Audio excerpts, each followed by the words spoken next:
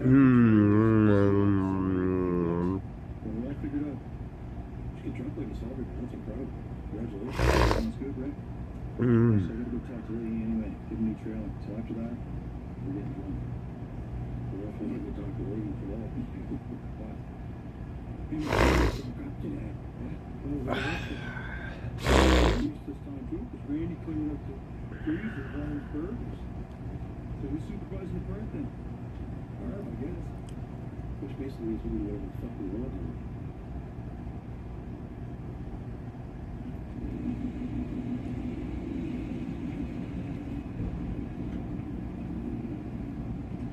Hey, Rand.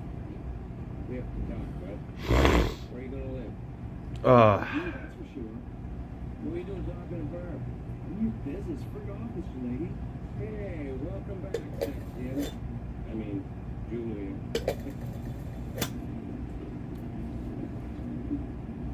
Everything okay, Randy?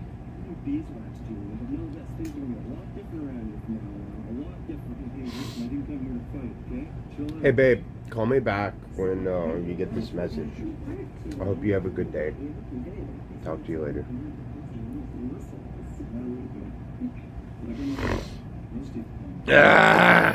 What's going on, boys?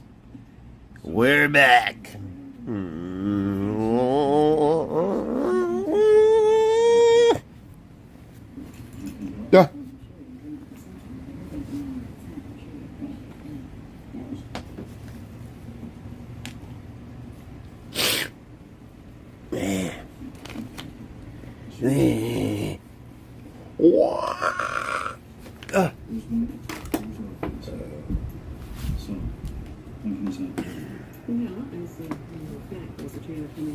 Fuck.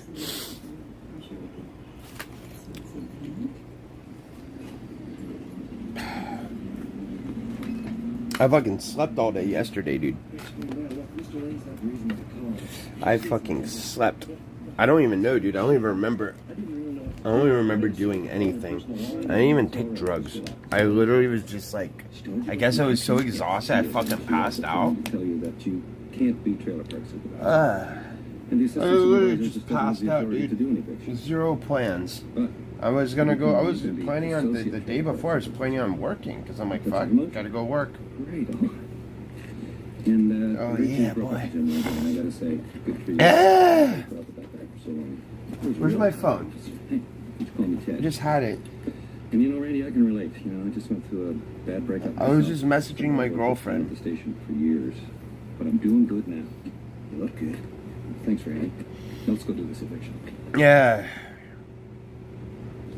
Messaging my girlfriend.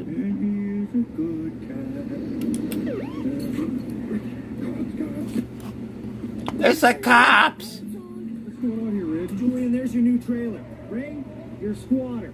You don't pay your lot fees, you stole your hydro, you've been playing loud music, and you've been throwing around these urine containers all over the park.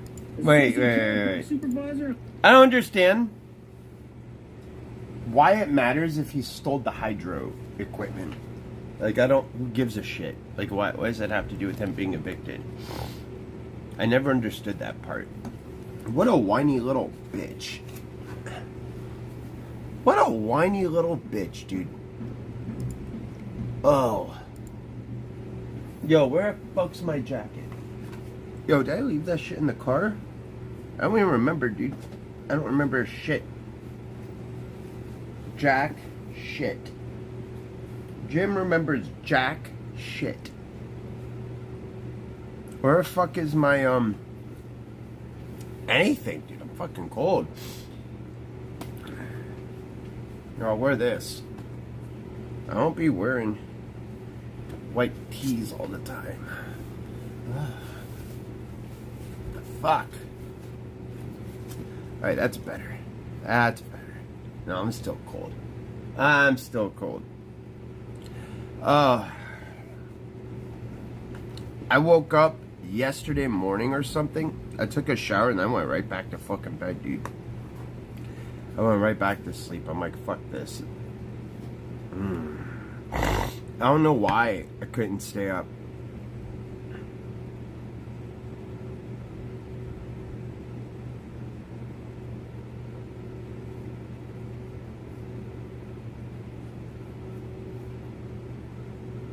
Oh.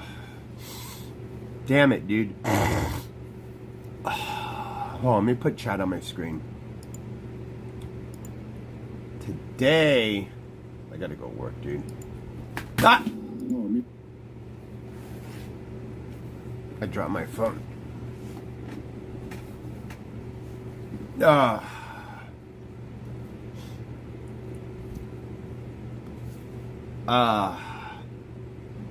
Who is she? Ain't nobody ever finna know. Nobody's ever gonna know who Babe is. I can't tell you guys. I can't tell you. When anybody found out who the last two Babes were, incels went fucking wild. I'm like, bruh, leave that poor girl alone. And then I got blamed for it. Let's go grab a Pokemon skateboard.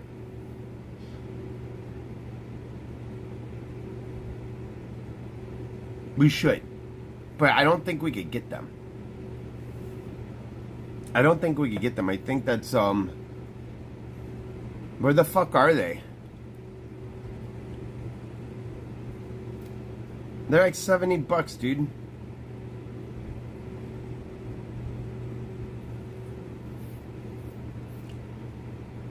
Holy shit.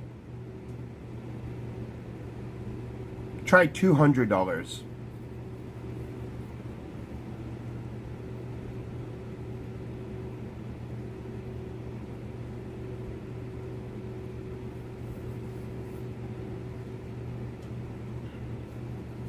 Okay, I found a few locations that might have the Santa Cruz board. There's no guarantees.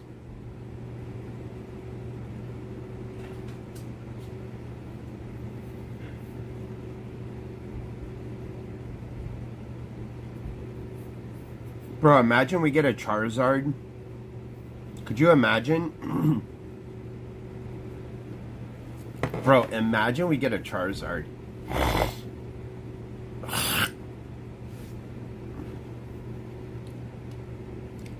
Oh my gosh.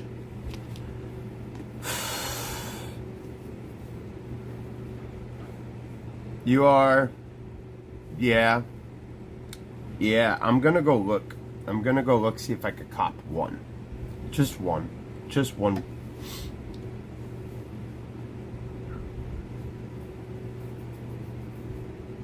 Oh yeah, I need to look up. Let's see, Supreme.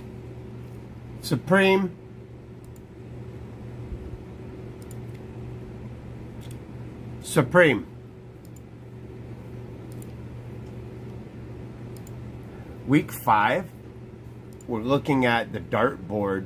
It's gonna be, they're talking $200 for the dartboard. Should I get the Supreme dartboard?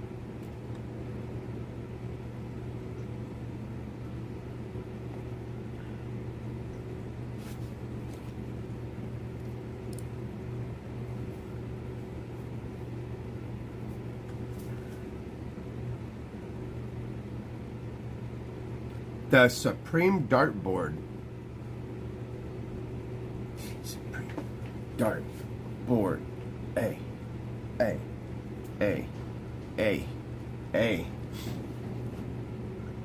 I'm thinking about copying the Supreme dartboard. This is what it looks like. That looks pretty fire.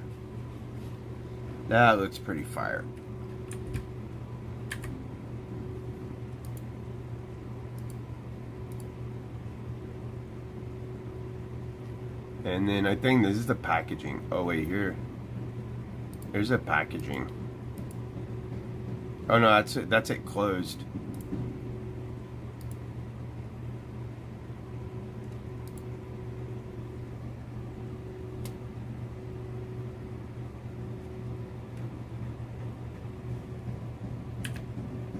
Nah, they're estimating this to be 200.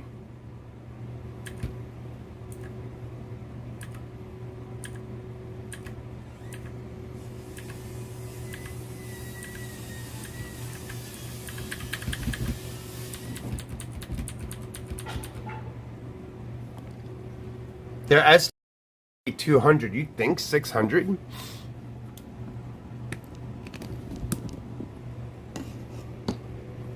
You think that's gonna be $600?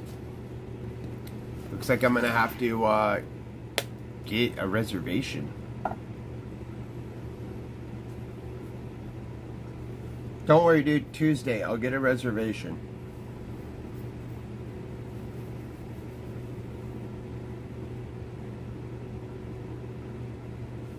We'll get one.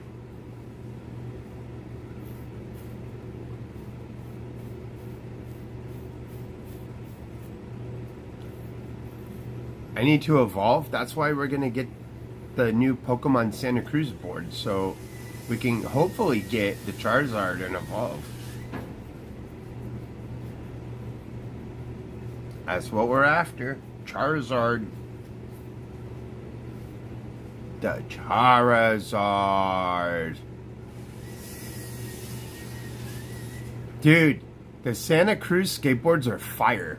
That's the difference. The difference is Santa Cruz skateboard.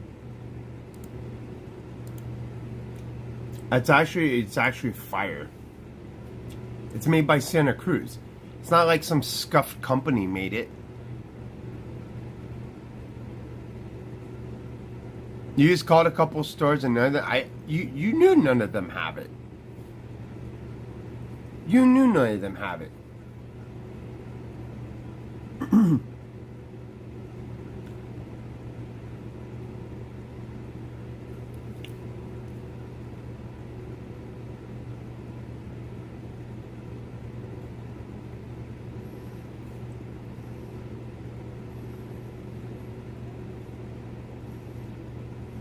Pokemon's awesome though. Fuck out of here.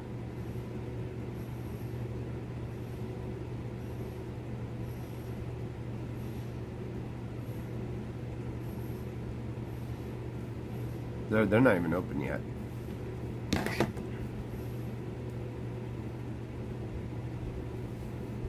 Hey, dude, we got the new shit. Obsessing about material. It's not obsessing if I enjoy it. You're just mad because you don't go buy it. Sorry, bud. Jim got the Supreme Torch. Jim got the Supreme Beanie. MF Doom. I mean, fuck out of here. Don't be mad. Don't be mad. Jim's getting another hoodie this week coming up. I'm planning on spending shit ton of money on a hoodie. I'm getting the Supreme American Psycho sweater. I've been waiting on the American Psycho sweater all fucking season. I might get the green one. The olive green one looks fire. The yellow one's whatever. The black and the green are the for sure cop.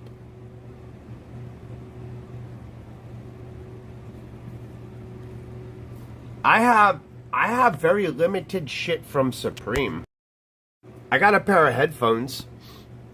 I got a pair of silver headphones. And those headphones were very limited edition. From what I read, the headphones were limited.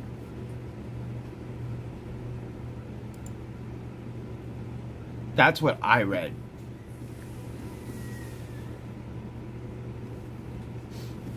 It was like very limited. That's what they meant. Instead of just having like, you know, regular drop numbers, the numbers this season actually have been lower, what I'm told. That's making it more rare. That's gonna be a nice shirt.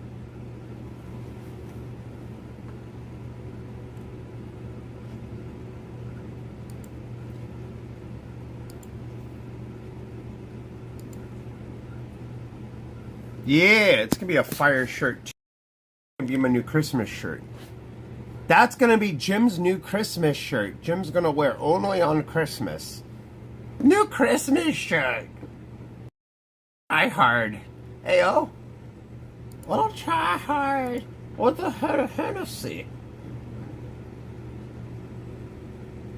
Love the Hennessy. That shit is fucking gnarly. It's a very acquired taste.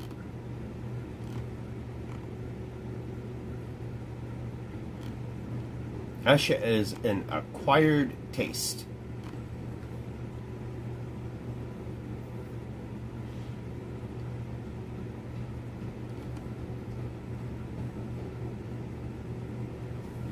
Yo, look. The new Era box logo beanie is going to be fire too.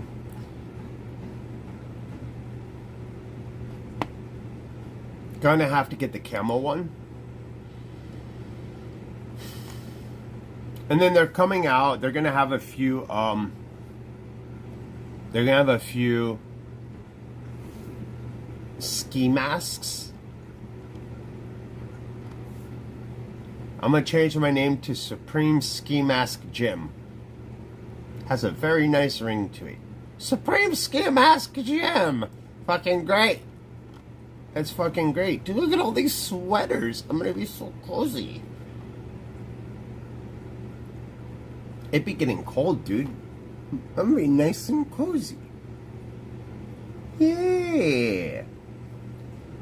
I'm being nice and cozy. Dude, look at this one. The vertical logo beanie. Oh. Oh. Look at the Sherpa. Dude. Dude, the Sherpa. The Sherpa. Hey. That hat is not, it might be limited, I don't know. I heard it came from Nepal. I heard the hat came from Nepal. That's a very limited hat right there. That hat came from fucking Nepal, dude. What you mean? It's a fucking legit. Dude, this is all the new shit. Look at this. There's another beanie. Another beanie. Tons of beanies, dude. Ear flap beanie. We want the ear flap beanie. 18-wheeler beanie. Yeah, we want the 18-wheeler beanie. That one's fucking dope. 1-800-SUPREME. That's fucking lit. Yeah, for sure cop. For sure cop. For sure cop. Dude, Jim's getting the Tupperware. That's what I'm most excited about. I'm getting 3 of them. I'm fucking getting 3 of them. There's a 2-cup, a 4-cup, and a 7-cup. If they don't let me get 3 of them for my fucking kitchen, we're gonna have a problem.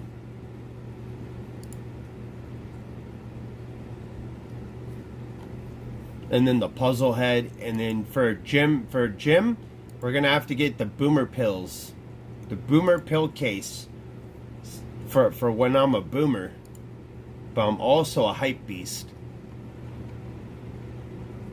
And the thermals. Dude, the thermals are coming out. The fucking thermals.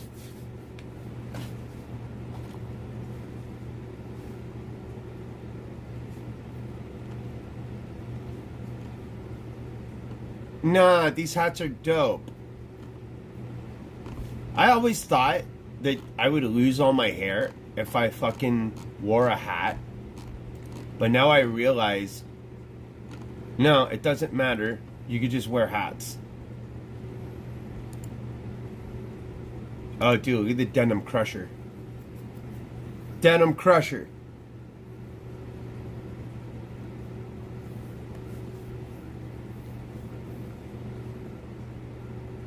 Dude. Spider-Man Jordans. Dude, the Spider-Man Jordans. I'm getting them like this week. Like this week or next week. I want the Spider-Mans, dude. Spider-Man Jordans are gonna be fucking lit. I don't mind working very hard for clothes. Eventually, I'll just get my girlfriend to buy them. I'm just be like, hey babe, I need a new shirt. I'm fucking dead, bro.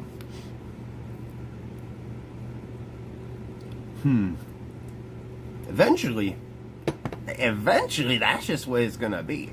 I'm dead ass just gonna be like, I'm gonna need some new pants. It's gonna be awesome. Wait, what is that? Oh, it's a nice hat.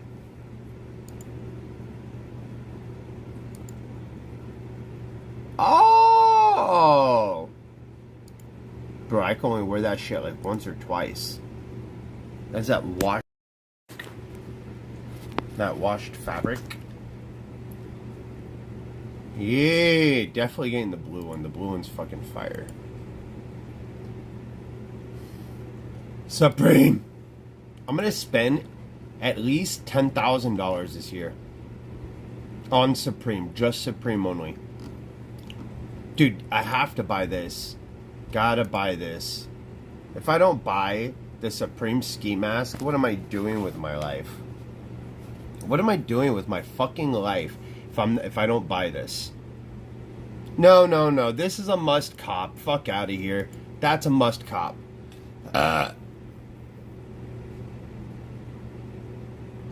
It's not as showy. I like to buy skateboard clothes. It's not like I can buy skateboards anymore. I mean, I could buy skateboards, but what's the difference between me buying shit from PacSun or me buying shit from Supreme? Like, I could just go to PacSun and buy clothes. But no, people would still complain.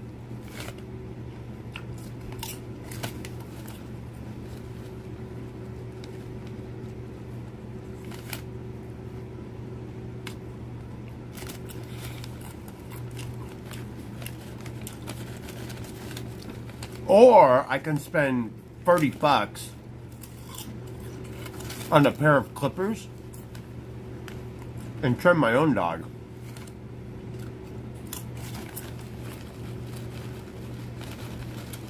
And learn a skill.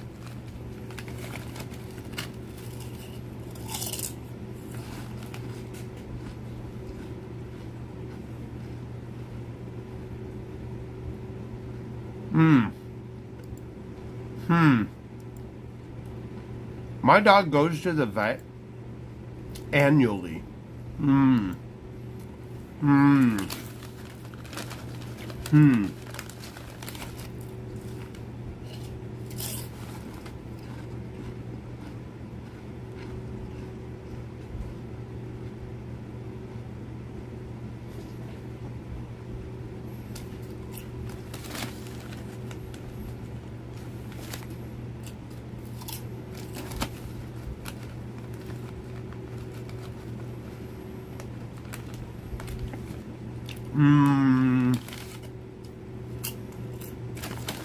We're going to Supreme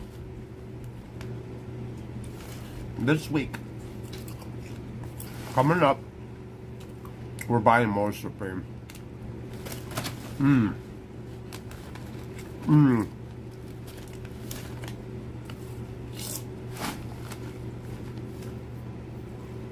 Guess who's gonna be in a video game?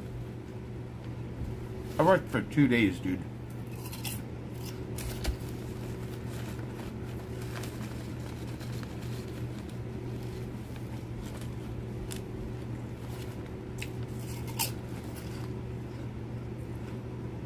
How am I depressed? I was in a video game, dude. You see my face in the video game a lot. Oh, wait. Probably shouldn't say that.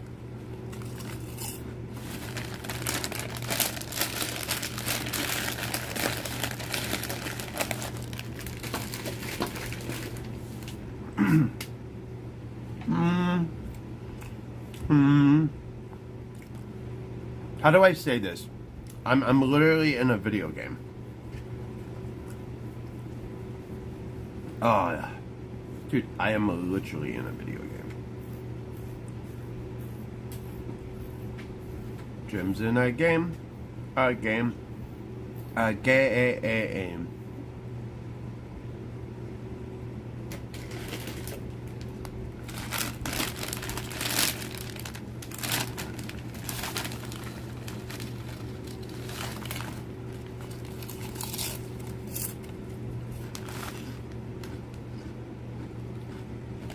Yo, what did you do, dog?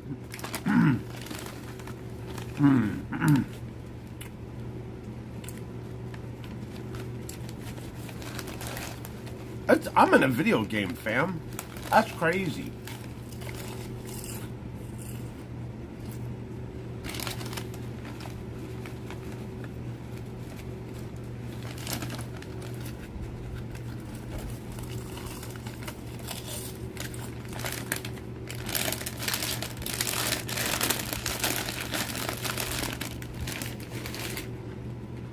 Nope. Not my AI generated face, like.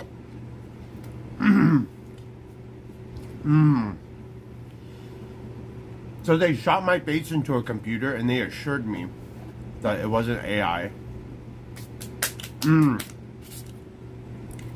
then they had me do certain movements because I have to get my height and my body stature. Like they had me run and walk and crouch and do all sorts of things because they wanted to register.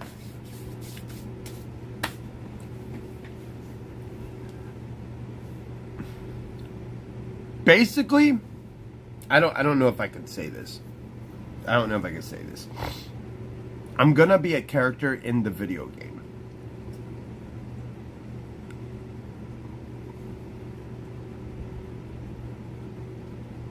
I can't say what it is. I wish. I fucking wish. I wish. Dude. I am pumped.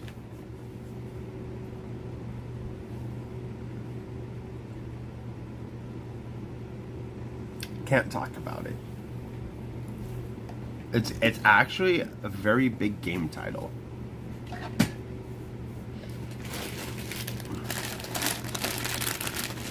You guys should just be proud of me that I did it.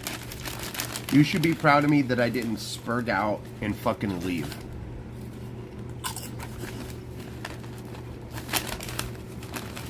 Because I was feeling it. There were certain points in the day where I felt like I had to leave. My anxiety was up there.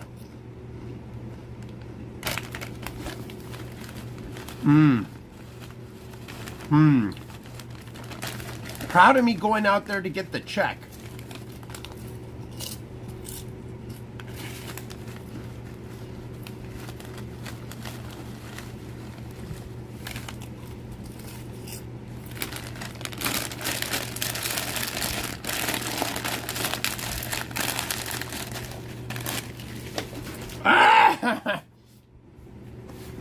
Could you imagine?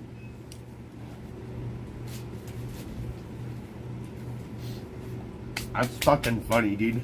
Scuff walk?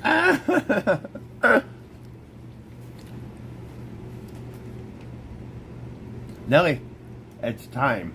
Nelly, you did a good job. You took a nice shit. And I'm proud of you. Oh, Nell Bear. Stop it.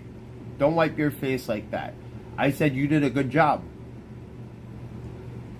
You did a good job, Nelly. Good girl. Nelly shit on the pad last night. She shit on the pad. She's so good at it.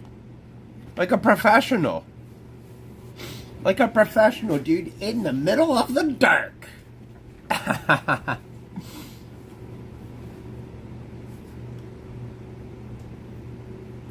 I didn't leak anything. Didn't leak nothing. I can't tell what studios it's from. I can't tell.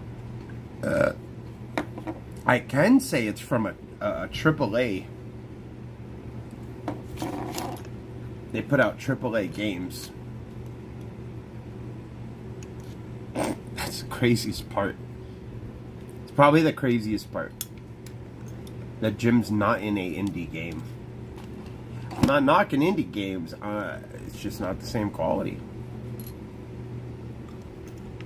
Some people actually like indie games, and you know that's cool.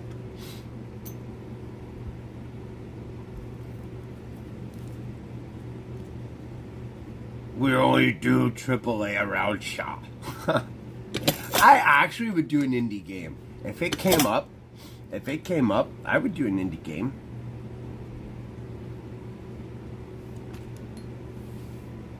Little guy, I'm fucking 6'3", bitch. What do you say?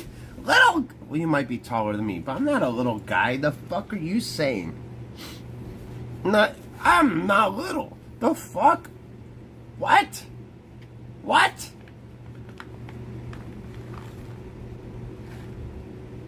Yeah, bro, if it would not be in a blockbuster, I don't want to be in it. I'm like, what? I thought this would be in Blockbuster. Could you imagine? I thought this would be in Blockbuster. Oh, yeah. And then, here, you guys want to hear the icing on top? Who's ready for the icing on top? One of my colleagues was looking over our contracts, and he's like, wait a minute. He goes, wait a minute. And he brought it up to the attention of someone who is working. Like, they're a SAG representative, but they were not on the clock. And he's like, the SAG rep was like, oh, damn, they messed up. So Jim's about to get more pay for not that much work. Winning. Dude, if it goes through, if one of my colleagues like literally pushes the envelope, I'm about to get like 15 times more money than I initially would have gotten. A fucking bag. Because they're shysting me. I'm getting shysted with little loopholes, but something about the jargon wasn't correct. So they're about to get fucked. Jim's about to get lit. Unban the masses. $20. $20, bub. And then I'll think about it. Like, what happens if I unban people? What happens if I unban people?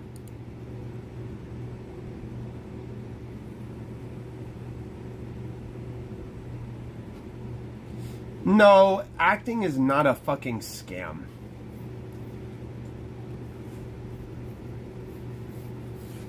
Acting, since when is acting a scam?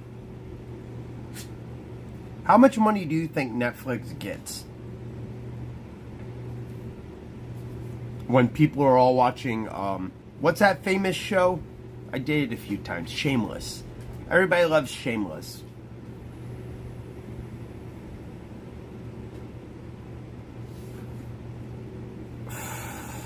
Oh, and I don't know if I should show the sticker. I got a free sticker. One of the dudes was wearing a shirt from a blog that I like to read. I don't know if he is one of the people that runs it, but that was really cool of him to give me a sticker.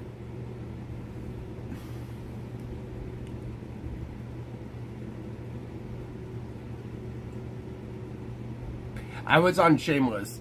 Yes, I've been on Shameless. What is this? Worst handwriting I've ever seen taped to a ladder outside my work. Me and my friend have been trying to figure it out.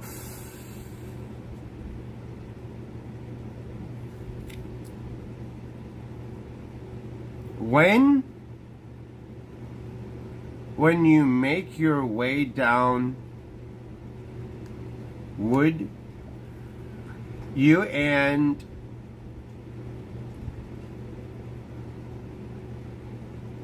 ends park your head in heap? I've got a I've got a roof to adjust. Damn, Mike, you have terrible handwriting. I thought I had bad handwriting.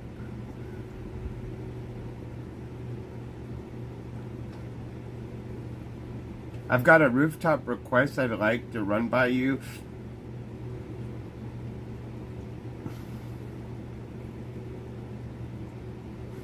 Bro.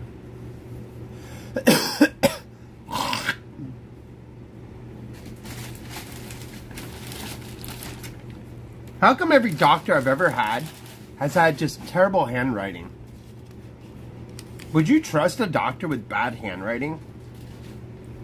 Or does your doctor just have to have good handwriting? Does that mean that they have not a steady hand?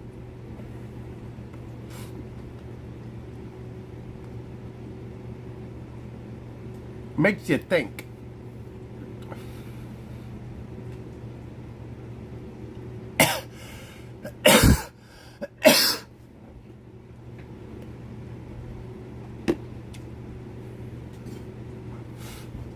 Nelly! Nelly, you're so chunky. Alright, baby. There you go, baby bear. Baby bear. I love you, Nelly. I gotta toss that out. Hey, my Supreme. The Supreme stuff.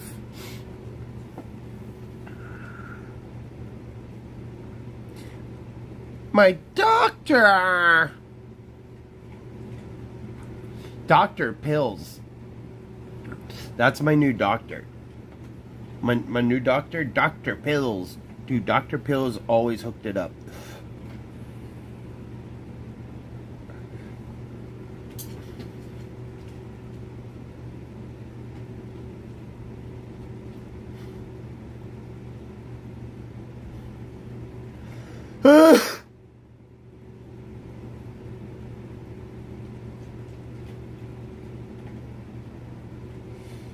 Shiba Inu team sends warning message to the Shiba army. What the fuck does that mean?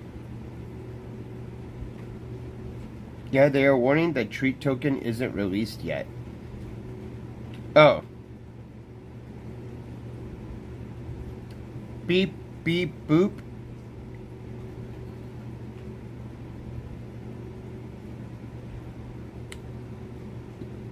Zero one zero zero zero one one zero 0110101 010000011 010011011 010110001 01001111 010101011. Pretty much. No, it's not dead.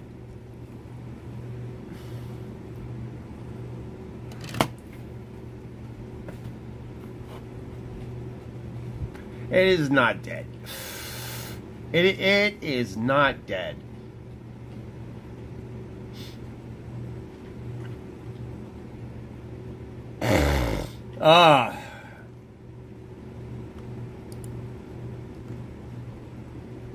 It's not dead.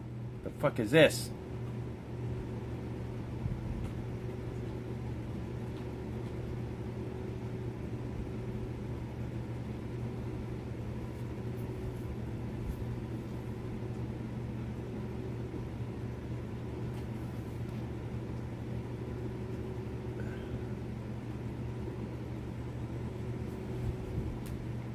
You guys want to go skateboarding today? We should go skateboarding today. We should go stick it to the man.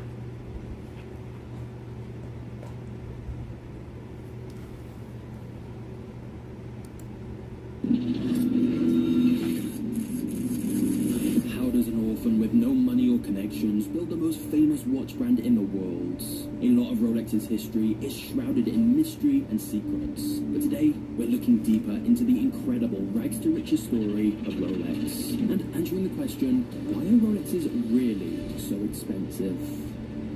The story of Rolex begins with Hans Wilsdorf, the company's innovative and mysterious founder. Hans was born in Germany in 1881 to parents Anna and Jonah Wilsdorf, and his early childhood was filled with love, laughter and happiness. But that was cut tragically short when at age 12, both his mother and father passed away unexpectedly, just a few months apart. Hans suddenly went from having two loving parents to being an orphan, and he had to go live with his uncle. That's fucked. Boarding school. Initially, Hans became very depressed by all this, but eventually decided to throw himself into his schoolwork as an escape. He seemed to particularly enjoy learning different languages, which would later pave the way for him to move abroad once he'd finished school. And thus, after graduating, Hans went to work in Switzerland at a company called Kuno Korten, a large exporter of a variety of different pocket watches. Since Hans spoke German, English and French, he worked as a clerk and correspondent for the firm. However, the company also manufactured some of their own watches, and so this role gave Hans a great opportunity to understand watch construction and study the watchmaking industry closely. Whilst a lot of Hans's job involved repetitive tasks like winding hundreds of watches each day, during his time there, Hans developed a deep appreciation for the craft and became obsessed with the idea of creating perfect watches. Then, in 1903, Hans moved to London to work for another company where he had a bigger role, as he was involved in getting new sales and clients. This gave him a good understanding of what made one watch brand stand out from another, and also how crucial marketing was to a brand's success. While different jobs were quite enjoyable, Hans was already getting much bigger, and wanting to implement the skills he learned for himself. And in 1905, at the age of 24, Hans decided to start his own watchmaking firm. He had a small amount of money he'd saved up, which he invested in the business. Yeah, weed makes everything better, duh. From his brother-in-law, Fucking idiot. Davis, who became his co-founder. Together, they created the Wilsdorf and Davis Company and began importing watches from Switzerland to sell in the UK. However, in those days, wristwatches were nowhere near as popular as they are today, and were mostly regarded as women's jewellery. In fact, Hans's friends even tried telling him a watch with such a small and delicate mechanism would be flimsy and break too easily, and that a watch so small wouldn't be accurate. Instead, pocket watches were strongly preferred. But Hans felt wristwatches were much more convenient and elegant, and is quoted as saying, "My personal opinion is that pocket watches will almost completely disappear, and that wristwatches will replace them definitively." Hans felt they just needed to be higher quality. Yeah, who the So fuck wants a Hans ignored pocket all watch? the It's kind of critics and took gay. all of the company's money to make one of the largest orders of The wristwatches fuck? ever booked at the time. He was betting everything that wristwatches would become the future of the watch market. Everyone thought he was crazy, and even his business partner wasn't sure it was a great idea, but it was. Hans reportedly met with many different watchmakers who were considered masters of the craft, and tried to learn at least one new lesson from each of them. Hans then used an old connection from when he'd worked in Switzerland to import Swiss-made mechanisms In the to ghetto. wristwatches. Of course, Hans knew quality alone wasn't going to be enough, and that brand recognition was going to be the most crucial element of all. And that all began with having a memorable name. Now, the origin of Rolex's name is slightly curious. Hans has claimed that he initially tried combining random letters of the alphabet in every possible Are you gonna way buy to me a create sports hundreds of car? unique names, but none of them felt quite right. But then Hans said, while he was riding to work one day, a genie whispered in his ear the name Rolex. Now, regardless of where the name really came from, it was perfect. Rolex is short and memorable, but also easy to pronounce in any language. Plus, the name Rolex felt like it had style and authority to it, and thus Hans started printing it on the dials of all his watches, which also helped build up brand recognition. In fact, a few years later, they changed the entire company name to Rolex Watch Co. Limited. Very quickly, their new wristwatches began to sell well. In 1910, Rolex became the first wristwatch to be awarded the Swiss Certificate of Precision, and then in 1914, the British Q Observatory awarded a Rolex watch a Class A rating, which no other watch of that kind had been given before. Rolex was starting to develop an association with quality, which helped attract even more sales. But then in 1914, the First World War broke out. By this point, Rolex headquarters in London had more than 60 employees on its payroll and become the export centre to every market the company sold to. However, during the war, Germany became Britain's enemy. The And since wall. German descent with a German name and a German accent, tensions began to rise. Not just that, but the British government imposed a wartime import duty of 32% on all luxury goods. So, to avoid any conflict and to get some major tax benefits, Hans decided to move Rolex headquarters from England to Switzerland, which was neutral during the war. And thus, whilst many watch companies went bankrupt during World War I, for Rolex, it was actually a very successful time, because their wristwatches became a favourite amongst the military for their reliability and convenience over pocket watches. But undoubtedly, the real rapid growth of Rolex can be attributed to Hans's marketing instincts. As early as the 1920s, Hans was putting his watches on explorers, athletes, racers, aviators, and countless other successful people, which created a connection in consumers' minds between high achievers and Rolex. Hans also ran hundreds of expertly placed ads on the radio and in newspapers, as he understood the value of product placement decades before most of his competitors. Craziest shit ever. Then, in 1926, that's hundreds of degrees. Hundreds of degrees. Fully waterproof watch under the name in just a few seconds. Hundreds of degrees. To market that too. As hundreds of degrees. To swim the English Channel, and Hans convinced her to do so wearing Rolex's new waterproof watch. After over 10 long hours in the cold water, she emerged with the Rolex. The Supreme sweater is one of your best pieces. Supreme sweater. Oh, you mean the Kurt Cobain? To display the waterproof Easter watches in fish tanks in their windows, with real fishes swimming around the watch, which inevitably caught the eye of people walking past. The next big groundbreaking milestone in Rolex's history came just 5 years later, when Rolex's engineers developed the perpetual rotor, which automatically wound a watch, something that had been previously considered impossible. Hans also made it his mission to ensure the most popular people in the world wore a Rolex, especially those involved in daring challenges. For example, the first flight to Everest was performed by a crew wearing a Rolex Oyster, and Malcolm Campbell wore a Rolex watch when he set a land speed record in Utah back in 1935. And so it was really this combined strategy of great marketing mixed with new innovations that allowed Rolex to keep rapidly expanding and become more and more popular. Like how in 1945, on the 40th anniversary of the company, Rolex released another new model called the Datejust, the world's first automatic watch to feature a date window on its dial.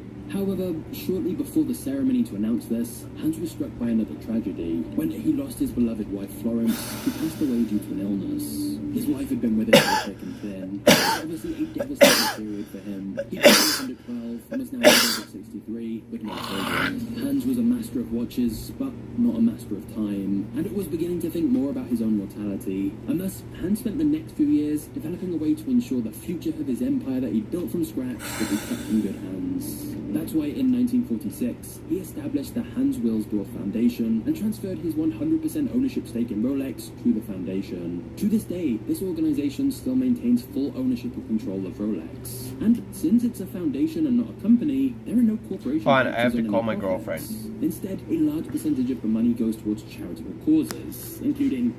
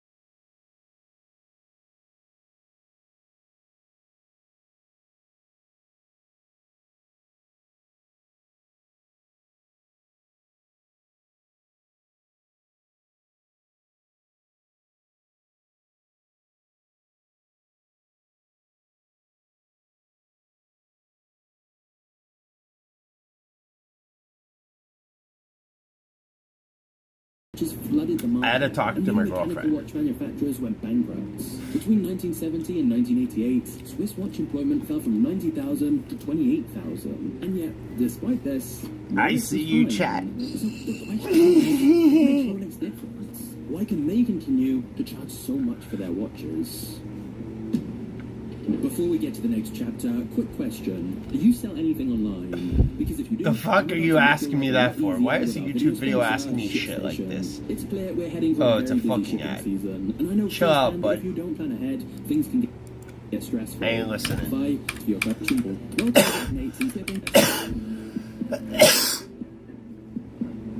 Ungrateful. In 2017, Ungrateful. I could be watching anything else. This dude's already trying to sell me shit. Fucker. to spend that much money to get a Rolex, even the most entry-level model would set you back many thousands of dollars. So why are people willing to spend so much to buy a Rolex when there's similar watches so much cheaper, and we've all got the time on our smartphones anyway? Well, when you Google this, the answer seems fairly straightforward. That basically says Rolexes are just really well made.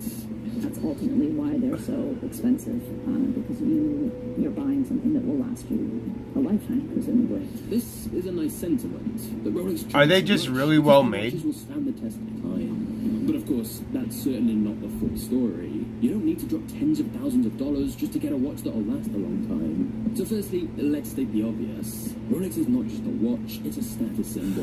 In fact, it seems to be a fairly universal symbol of wealth. From rappers on the streets of New York to members of the British royal family. We gotta buy a Rolex then! According to this YouTube video, we have to buy a Rolex.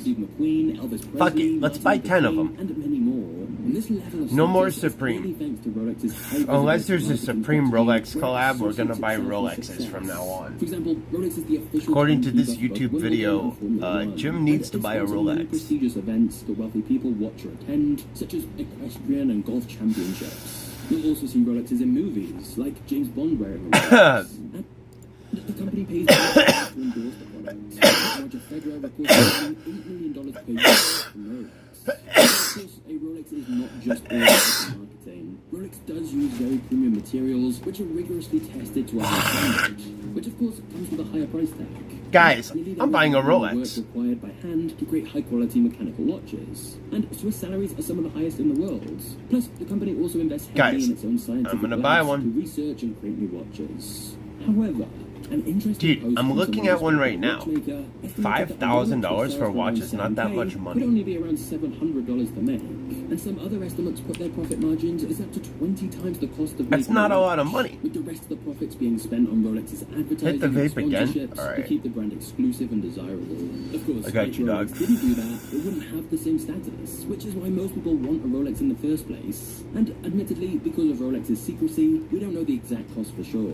But what is clear is that even though Rolex watches are high quality, a lot of watch enthusiasts say there are higher quality watches at cheaper prices. Really? Rolex are not the rarest or most expensive watches in the world. Okay. And extremely wealthy or die-hard watch enthusiasts are much less likely to get a Rolex, as there are other luxury watch brands they'd likely prefer. The difference with those other brands is that they spend much less on marketing, which is why most people outside of the watch community have no idea they even exist. Huh. Instead, Rolex is an upper-middle-class aspirational brand, because whilst they are relatively expensive, they are obtainable to the middle class. A Rolex is affordable if someone really saved up.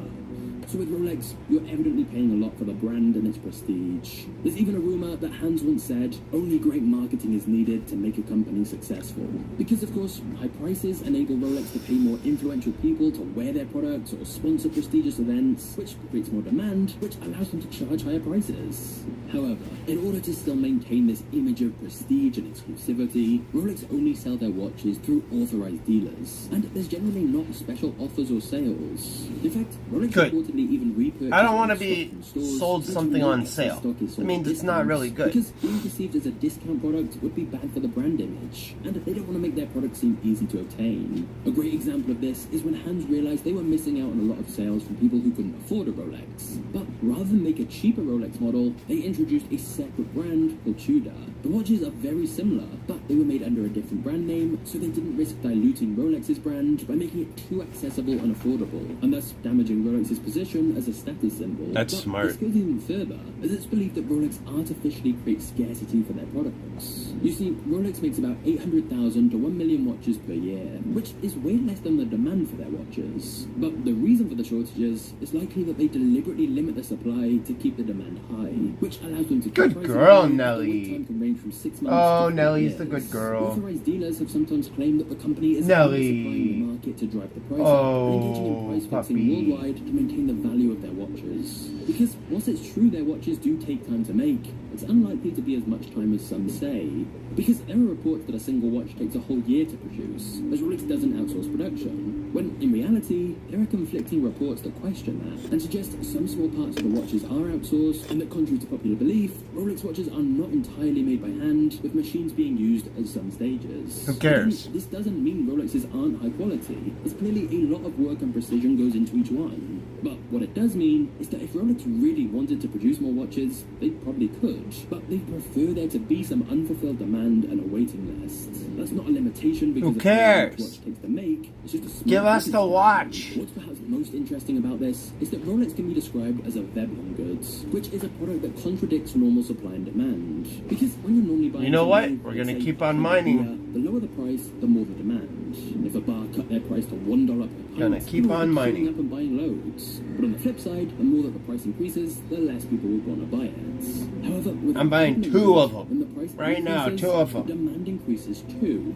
In other words, Yeah. high prices lead to more people wanting it.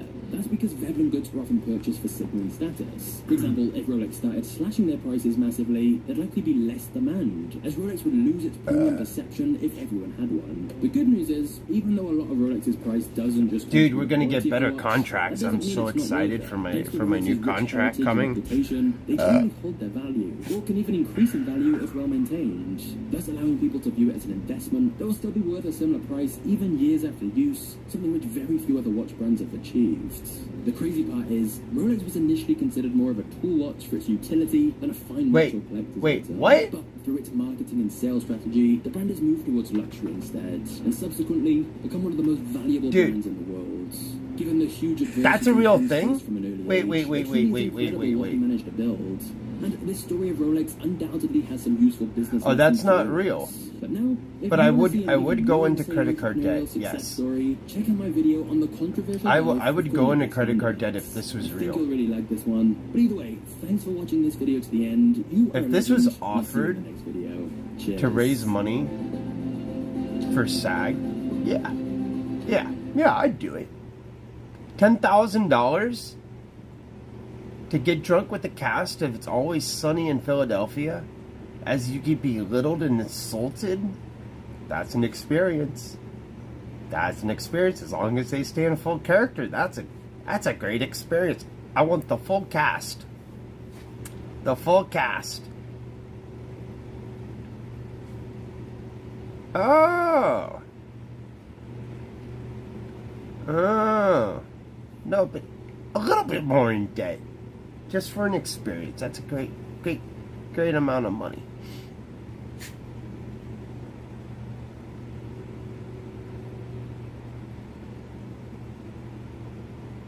Oh my gosh.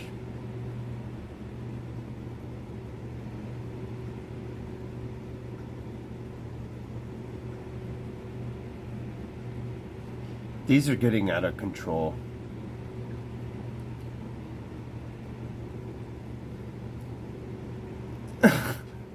These are out of fucking control. On auction for the Hollywood strike. Elena Dunham's art. Tom Waits hat. Adam Scott might also walk your dog. And the cast of New Girls will hop on a Zoom call if you bid thousands of dollars to support workers affected by the labor action. I am fucking dead. You are bidding on the Bare Apron, signed by Jeremy Allen White, Hebon Moss, Brancha, Ayo Edinburgh, Lionel Boyce, Liza Colenzanis. Oh my god, this is hilarious.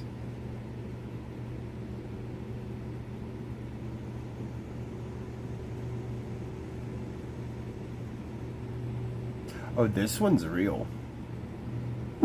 This one's actually real. The first two are a joke, but this one's actually real. Like Andrew Cuomo's car, $5,000 benefits charity. I am fucking dead. Menace Michelson will ashes cigarette anyone on your body, $10,000 benefits charity. I can't even. I can't. I just can't even, dude.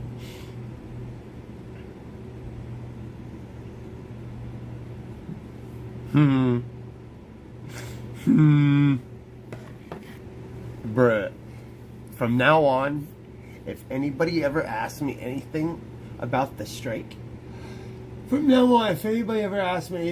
strike, son, I'm just gonna show them a picture of that Mexican alien.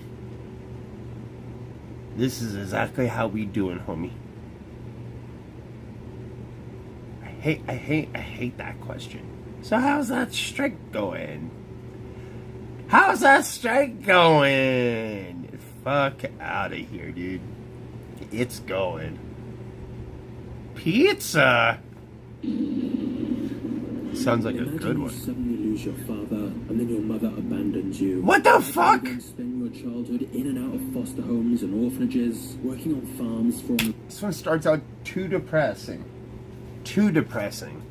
What? No money. That was the brutal reality for the founder of Domino's Pizza. And the story of how he turned his life around, a $1 billion empire, is incredible.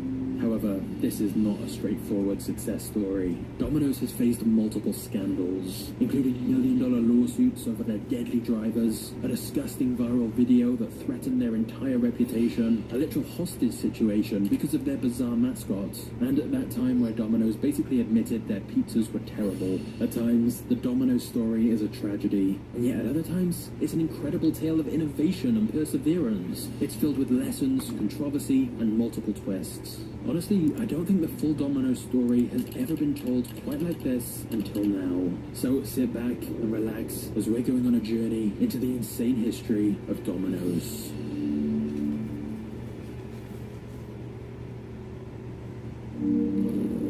Can't get Supreme in Florida. Can't get Supreme in Florida. Thomas Monahan was born on the 25th of March, 1937, in Ann Arbor, Michigan. His father was a truck driver, and his mother was trying to finish nursing school. Whilst the family weren't well off, they got by just fine, and it was a happy start to life for Tom and his little brother Jim. But it didn't last long. Tom's father Dude, the new iPhone 15 is due to sick. severe ulcers, and on Christmas Eve 1941, when Tom was just 4 years old, his father passed away. From that moment on, Tom's happy childhood descended into a nightmare. The first few weeks after his father's death were a blur, but Tom vividly remembered visiting the funeral home and seeing his father lying in the casket and screaming at his father to wake up. Meanwhile, without the income from Tom's father, Tom's mother abandoned her nursing plans and got a job at the Argus Camera Company, making $27.50 a week. Unfortunately, it quickly became clear she couldn't afford to raise 2 kids by herself, and thus she put Tom and his brother Jim into a foster home. Her plan was to go back to nursing school and get a higher paying job, then come back to look after the kids herself when she could afford to. But in reality, it would be 7 years before that happened, and the brothers would be in and out of various foster homes and orphanages in that time. The brothers understandably struggled with this, and it didn't help that Tom's first foster parents were very strict and argued constantly. Then, after 2 years, the foster parents decided they no longer wanted to look after chilling. Tom and She's Jim. nocturnal. So the brothers were sent off to a Catholic boarding school instead. Alright, I gotta St. Joseph's go. Home for Boys, which was both a school and an orphanage run by nuns. Tom later described his time there as intensely unhappy.